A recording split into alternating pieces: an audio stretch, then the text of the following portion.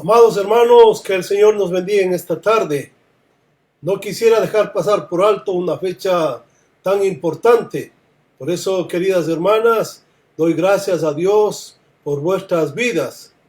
Vosotras os levantáis muy por la mañana para atender a su familia y seguro que son las que duermen más tarde, hasta que ya todos estén en cama. Recién ustedes intentan ir a dormir cuando ya todo está listo para el día de mañana. Por eso mi respeto y mi admiración para vosotras. Feliz día, queridas hermanas. En esta tarde quiero compartir el tema de la predicación de la palabra del Señor, Cristo nuestro Salvador. Quiero invitarle a que incline su cabeza. Vamos a orar. Señor, estamos en tu presencia en esta tarde, con gozo, con alegría y con gratitud, sabiendo que tú tienes el control absoluto de todo, que nuestra vida te pertenece, que somos tus hijos. Y por eso, Señor, aunque somos indignos, te damos gracias por tu amor y tu misericordia, y por la oportunidad que tú nos das de meditar y reflexionar en tu palabra, Señor, y en la grandeza de tu salvación. Pedimos que tu Santo Espíritu nos hable, Señor, que Él nos guíe a toda verdad. Te adoramos en el nombre de Cristo Jesús. Amén.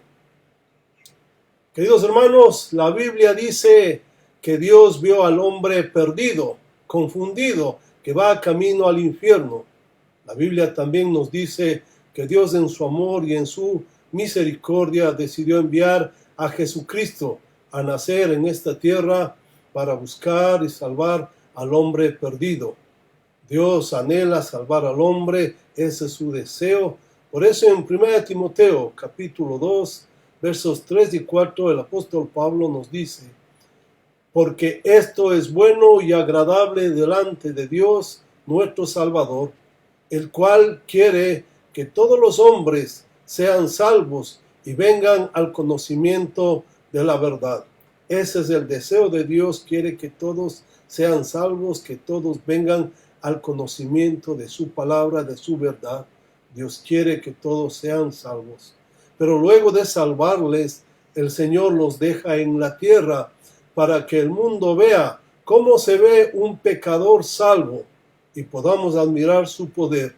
Nada muestra más la gloria de Dios que la obra milagrosa de su redención. Y se ve cuando trae al hombre pecador indigno a su presencia. Tito 2:10 nos dice: no defraudando, sino mostrándose fieles en todo, para que en todo adornen la doctrina de Dios nuestro Salvador. El apóstol Pablo, dirigiendo a Tito, dice la importancia de vivir agradándole al Señor. Glorificar a Dios es nuestro deber, es nuestra responsabilidad. Y la mejor manera de glorificar a Dios es cuando vivimos en santidad, cuando vivimos agradando a Dios. Debemos dejar que la luz del Evangelio brille a través de nuestras vidas para que el mundo pueda ver y reconocer que Dios está detrás de todo eso. Podamos ver el poder salvador del Señor.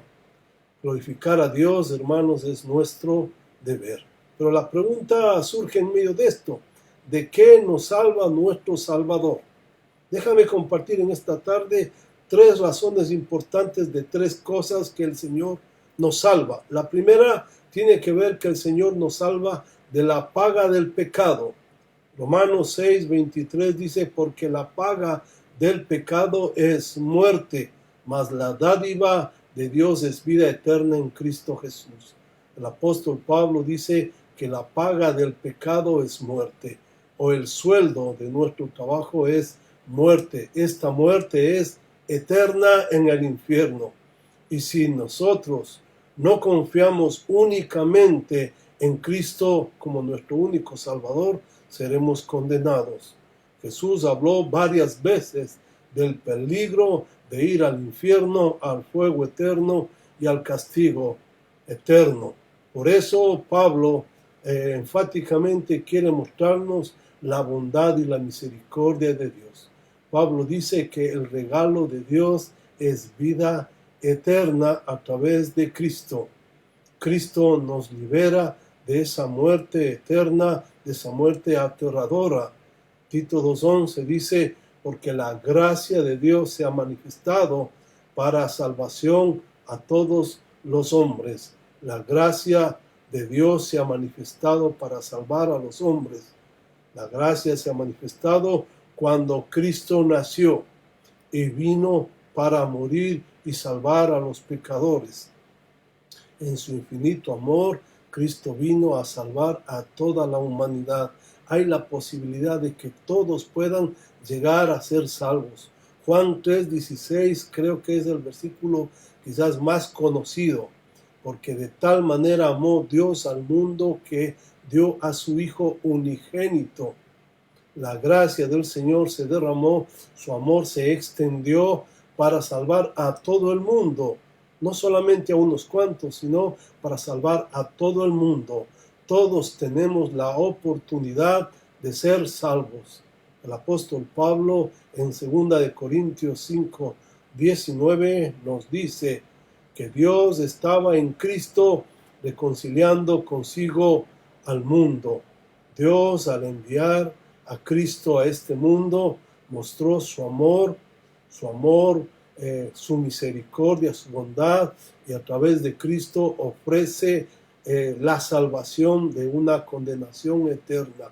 Cristo es el único que puede salvarnos, que puede evitar que vayamos al infierno. Cristo nos salva primero de la paga del pecado, de la muerte eterna. Romanos 6:22 dice, mas ahora que habéis sido libertados del pecado y hechos siervos de Dios, tenéis por vuestro fruto la santificación y como fin la vida eterna. El Señor nos ha salvado de la paga del pecado o de la condenación de la condenación eterna. Ahora que hemos sido liberados del pecado y de la condenación eterna, venimos a ser siervos de Dios. Pablo dice, tienen por fruto santificación. ¿Qué dice Pablo? Simplemente dice que vuestra libertad del pecado se ve a través de una vida santa. Cuando somos libres del pecado, somos libres para vivir una vida santa, agradable a Dios. Libres del pecado para vivir agradándole a aquel que nos rescató, aquel que nos salvó. Pero que también Él nos salva de un segundo aspecto. Él nos salva del poder del pecado. ¿Qué significa esto? Pues mira, ahí en Tito capítulo 2, verso 12 dice, enseñándonos que renunciando a la impiedad y a los deseos mundanos, vivamos en este siglo sobria, justa y piadosamente. El apóstol Pablo dice que el Señor nos salva de ir al infierno, pero también ha hecho un cambio en lo profundo de nuestro ser, en nuestra vida, ahora, en nuestro presente. El Señor es nuestro Maestro, quien nos enseña cómo podemos renunciar a la impiedad y a los deseos mundanos. Él no está esperando allí en el futuro, sino que ahora tú y yo somos los representantes del Señor y Él nos enseña cómo tenemos que vivir en este mundo. La Biblia muestra lo que pasó en nuestra vida. Allá Romanos 6:14 dice, porque el pecado no se enseñoreará de vosotros, pues no estáis bajo la ley, sino bajo la gracia. El pecado ya no nos domina. Cuando Cristo vino y nos salvó de la condenación eterna, también nos salva del dominio del pecado. La gracia de Cristo nos ha libertado de ese dominio. Por lo tanto, ha roto, ha quebrantado ese dominio y ese control que el pecado ejercía sobre nosotros. Primera de Juan 3:7 dice, hijitos, nadie os engañe, el que hace justicia es justo, como Él es justo. Amados hermanos, Dios es justo y a través de Cristo, tú y yo hemos venido a ser también justos. A través de Cristo, su justicia nos ha alcanzado y nos ha dado la capacidad para practicar esa justicia. 1 de Juan 3:9 dice claramente: todo aquel que es nacido de Dios no practica el pecado, porque la simiente de Dios permanece en él y no puede pecar, porque es nacido de Dios. El que es nacido de Dios no puede practicar el pecado. Tiene una vida nueva, tiene una nueva naturaleza, es una nueva criatura, y el dominio que el pecado tenía sobre nosotros ha sido quebrantado, ha sido deshecho. Ya no estamos obligados a vivir continuamente pecando y pecando. Romanos 3:12 dice: todos se desviaron, a una se hicieron inútiles. No hay quien haga lo bueno, no hay ni siquiera uno. El apóstol Pablo dice que mirando a la tierra no había uno solo. No hay uno que entienda, no hay uno que haga bueno. Todos estábamos muertos, no podíamos hacer ninguna cosa buena. Lo único que hacíamos era solamente el mal y de continuo. Estábamos dominados por el pecado, dominados por el diablo. Efesios 2:3 dice claramente: en los cuales anduvisteis en otro tiempo, siguiendo la corriente de este mundo, conforme al príncipe de la potestad del aire, el espíritu que ahora opera en los hijos de desobediencia. Antes éramos expertos en vivir haciendo lo malo. La Biblia, Nueva Traducción Viviente, traduce este versículo de esta manera: vivían en pecado igual que el resto de la gente, obedeciendo al diablo, el líder de los poderes del mundo invisible, quien es el espíritu que actúa en el corazón de los que se niegan a obedecer a Dios. Hermanos, la palabra de Dios nos dice claramente que nosotros vivíamos bajo las órdenes de ese príncipe llamado Satanás. Hacíamos lo malo según lo que él nos ordenaba. Caminábamos directamente a una condenación eterna, íbamos directo al infierno. Vivíamos practicando y disfrutando del pecado. Pero cuando Cristo llegó a nuestras vidas, cuando Cristo nos salvó, nos dio una nueva naturaleza. Somos ahora nuevas criaturas. Fuimos cubiertos con la justicia de Cristo, y en lo profundo de nuestro ser hay una obra santificadora. Somos limpiados cada día cuando confesamos nuestros pecados. Él es fiel y justo para perdonar nuestros pecados y limpiarnos de toda maldad. Un nuevo hombre se ha establecido dentro de cada uno de nosotros, y el Espíritu de Dios mora en nosotros y nos motiva a vivir en santidad y a depender de la gracia y de la misericordia de Dios cada día más y más. El Señor es el que nos capacita para vivir una vida de dependencia de Él, para vivir una vida en santidad. Romanos 5:21 dice: para que así como el pecado reinó para muerte, así también la gracia reine por la justicia para vida eterna mediante Jesucristo, Señor nuestro. Porque así como nuestros miembros eran arrastrados a vivir en el pecado, así también la gracia debe imperar para que podamos vivir vidas santas, agradables al Señor. El pecado reinó en nuestra vida, influía en todo lo que pensábamos, en todo lo que decíamos y en todo lo que hacíamos. Esa vida pecaminosa nos estaba conduciendo directamente al infierno, a una muerte eterna. Mas Dios, en su gracia ha reinado en nuestra vida y en nuestro corazón, y esa gracia nos empuja a vivir en justicia.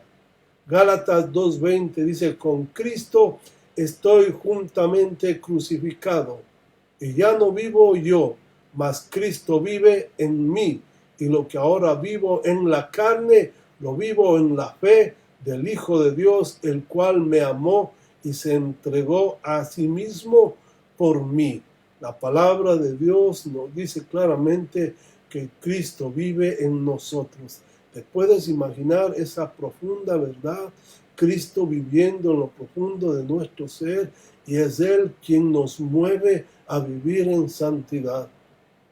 Algunos creen que pese a ser cristianos, podemos todavía ser dominados por el pecado y estar practicando toda clase de impureza. El Espíritu Santo a través de Pablo no dice eso. Tito 2:12 nos dice, enseñándonos que renunciando a la impiedad y a los deseos mundanos, el Pablo dice que Dios mismo nos instruye para que nosotros aprendamos a renunciar. Bueno, esta palabra es interesante. Renunciar significa negar, significa rechazar, significa dar la espalda. Pablo está diciendo que el Señor nos enseña a rechazar, a renunciar el pecado, a renunciar los deseos mundanos, a renunciar la impiedad. Bueno, pensando en esta palabra impiedad, simplemente significa maldad, perversidad, falta de reverencia. Es justo lo que el hombre impío hace.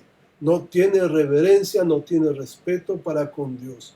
Cuando nosotros hemos creído, surgen nuevos deseos, nuevos anhelos para darle gloria al Señor, para honrar su nombre, para honrar a Dios. Los creyentes tenemos el deseo ferviente de adorarle a Dios. Eso es precisamente lo que el Señor quiere. Juan 4:23 describe lo que el Señor Jesús nos dijo. Mas la hora viene, y ahora es, cuando los verdaderos adoradores adorarán al Padre en espíritu y en verdad, porque también el Padre tales adoradores busca que le adoren. Eso es lo que busca el Padre, adoradores en espíritu y en verdad, aquellos que desde lo profundo de su ser exclaman adoración, rendidos. No existe, amado hermano, no existe un cristiano que no sea adorador, porque no es posible adorar a Dios y negarle al mismo tiempo. El Señor nos capacita para que nosotros aprendamos a rechazar los deseos pecaminosos. En algún punto de la salvación, en un momento determinado de la salvación, las ideas falsas, torcidas y equivocadas que teníamos acerca de Dios se han ido marchando poco a poco, porque hay unos nuevos deseos de vivir agradando a Dios, deseos de obedecer a Dios. Hay una renuncia, un anhelo por rechazar el pecado y la maldad, y en lo profundo de nuestro ser hay una transformación.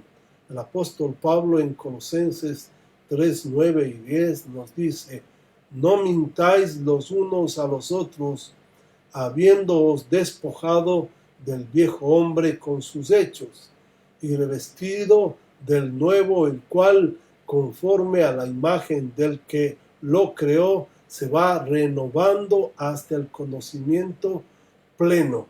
No hay necesidad de mentir. No sigan mintiendo, dice Pablo, porque ya se han despojado de ese viejo hombre engañoso, viciado. Ya no hay necesidad de seguir pecando, y se han revestido de un nuevo hombre que tiene poder para vivir en santidad, que se renueva para vivir aquellas cosas que a Dios le agradan. El Señor, al salvarnos, quebró el dominio que el pecado ejercía en nosotros. El Señor, al salvarnos, quebró el dominio que el pecado ejercía sobre nosotros y ahora nosotros podemos vivir de una manera justa y piadosa. Segunda de Timoteo 1:7 dice, porque no nos ha dado Dios espíritu de cobardía, sino de poder, de amor y de dominio propio. El Señor nos ha dado un poder, pero principalmente habla de un dominio propio que permite que podamos controlarnos a nosotros mismos, cosa que el hombre natural no puede. Para el hombre natural es una locura, porque lo único que sabe hacer es pecar y seguir pecando. Pero el creyente puede someter su carne bajo el control del Espíritu Santo y está capacitado para hacer lo que es correcto.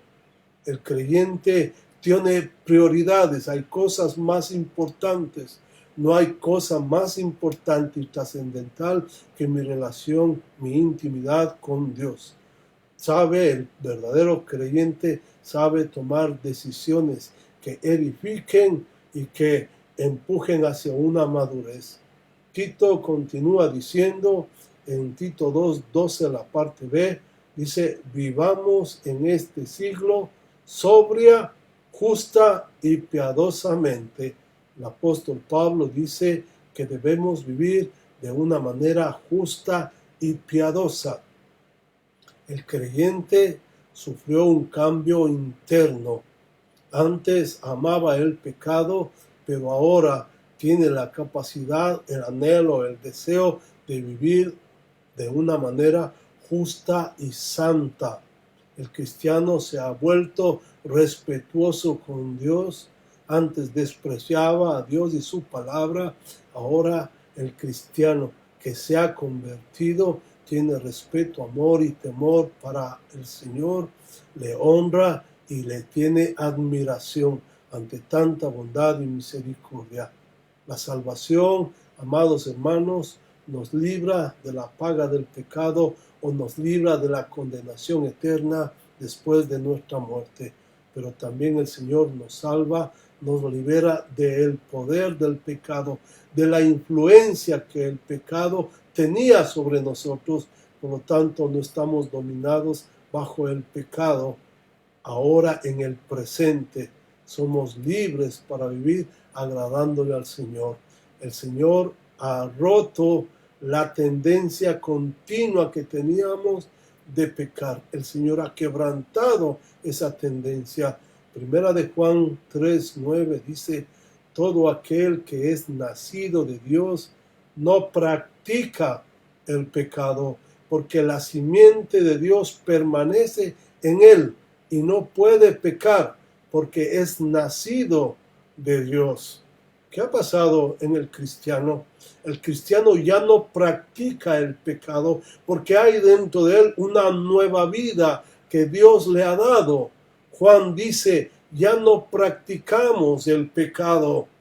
Tito 2:12 continúa diciendo, vivamos en este siglo sobria, justa y piadosamente. Hermanos, la vida sobria, justa y piadosa debemos vivirla ahora, no en el futuro, sino hoy. El Señor nos libra del infierno en el futuro y nos capacita para vivir en santidad en el ahora, en hoy. La tercera aspecto que el Señor nos salva es de la presencia del pecado. Hermanos, hemos sido librados del castigo eterno, de la condenación, y hemos sido librados del dominio del pecado. Ya no tiene poder ni autoridad para dominarnos, por lo tanto somos libres para vivir agradándole al Señor. Pero en tercer lugar, un día no muy lejano seremos libres de la presencia del pecado. Un día seremos libres. Hoy no lo somos porque todavía tenemos esa tendencia a pecar, pero un día seremos libres de la presencia del pecado. Filipenses 1:23 dice, porque de ambas cosas estoy puesto en estrecho, teniendo deseos de partir y estar con Cristo, lo cual es muchísimo mejor. El apóstol Pablo se encontró frente a un gran dilema. Decía, no sé qué hacer. O quedarme aquí para seguir sirviendo, para seguir compartiendo la palabra del Señor con la iglesia, o morir. Y Pablo dice que es muchísimo mejor morir, porque cuando muere, cuando llega la muerte, se acaban problemas, dificultades, conflictos. Habrá en lugar de todo eso bienestar, gozo y paz. Pablo dice que es muchísimo mejor. Por eso anhelamos que la manifestación gloriosa de nuestro Señor se cumpla ya. Y porque un día seremos como Cristo.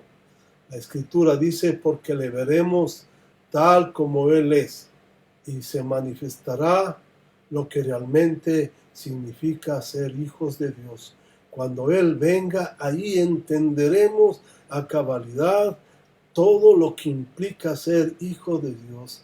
El anhelo de todo creyente es ser librados de la presencia permanente del pecado. Un día seremos libres. Por eso deseamos ser libres de tener malos pensamientos, malos deseos. Queremos ser libres de amarguras, de envidias, de codicias, etcétera, etcétera. Queremos ser libres del pecado, de su presencia. Cuando no éramos creyentes, amábamos el pecado, pero ahora lo odiamos, ahora aborrecemos y deseamos que un día ya no exista más. Esa es nuestra esperanza y un día no muy lejano eso sucederá. Tito 2:13, la parte A dice, aguardando la esperanza bienaventurada. Aguardando. ¿Qué significa la palabra aguardar? Significa esperar con expectativa, con anhelo. ¿Y qué es lo que esperamos? Simplemente la manifestación gloriosa de nuestro gran Dios y Salvador Jesucristo. Esperamos que Él venga a llevar a su pueblo. Cuando Cristo venga y lleve a su iglesia, entonces ahí seremos libres de la presencia del pecado. El apóstol Pablo, allá en 1 Corintios 15:54, nos describe de un acontecimiento glorioso, magno. Dice la Escritura, y cuando esto corruptible se haya vestido de incorrupción y esto mortal se haya vestido de inmortalidad, entonces se cumplirá la palabra que está escrita, sórbida es la muerte en victoria. Cuando este cuerpo mortal se transforme en un cuerpo inmortal, lo mortal se vestirá de inmortalidad, entonces tendremos la capacidad de una santidad absoluta. Cristo nos salvó de condenación y del dominio del pecado que ejercía sobre nosotros, pero todavía pecamos, porque no somos libres de la presencia del pecado. Un día lo seremos libres de su presencia. Por eso, queridos hermanos, aunque todavía en ocasiones pecamos y ofendemos, un día seremos libres de la presencia, de su presencia, del pecado, cuando el Señor regrese a esta tierra, cuando Él venga y nos libre de la presencia del pecado, nos lleve a vivir por la eternidad con Él. Filipenses 3:21 dice, el cual transformará el cuerpo de la humillación nuestra para que sea semejante al cuerpo de la gloria suya. Este cuerpo viciado que poco a poco se está marchitando, que poco a poco se está muriendo, será transformado en un cuerpo glorificado, dice Pablo, similar al cuerpo de Cristo. Cristo nos va a transformar y seremos como Él. y le veremos tal como Él es. Y esa transformación eliminará de nosotros cualquier presencia del pecado. Seremos puros y santos por la eternidad. ¿No te parece fantástico eso? Por eso Cristo es digno de toda gloria, de toda honra y de todo honor.